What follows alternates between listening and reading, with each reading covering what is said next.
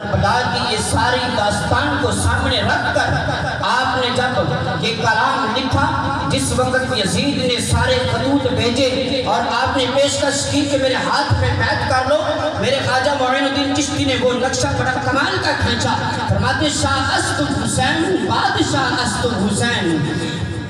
شاہ است حسین بادشاہ است حسین، دین است حسین دین پناہ است حسین، سرداد نداد قصد در دست یزید۔ میرے حسین نے فرمایا کہ سر تو دے سکتا ہوں، میں اپنا سر قلم کر سکتا ہوں، لیکن تیرے آگے سر جھکا نہیں سکتا ہوں، کیونکہ یہ حسین کے جسم کے اندر جو خون ہے، حسین کے جسم کے اندر جو خون ہے، جو حسین کے جسم کے اندر دودھ ہے، وہ خون علی کا ہے، دودھ فاطمہ کا ہے، اس لیے سر جھک نہیں سکتا ہے، بلکہ اپنا سر جو ہے قلم کروا سکتا ہوں۔ اس نے فرمایا کہ سردار نداد دست در دست یزید، حقا کے بنائے لا الہ است حسین،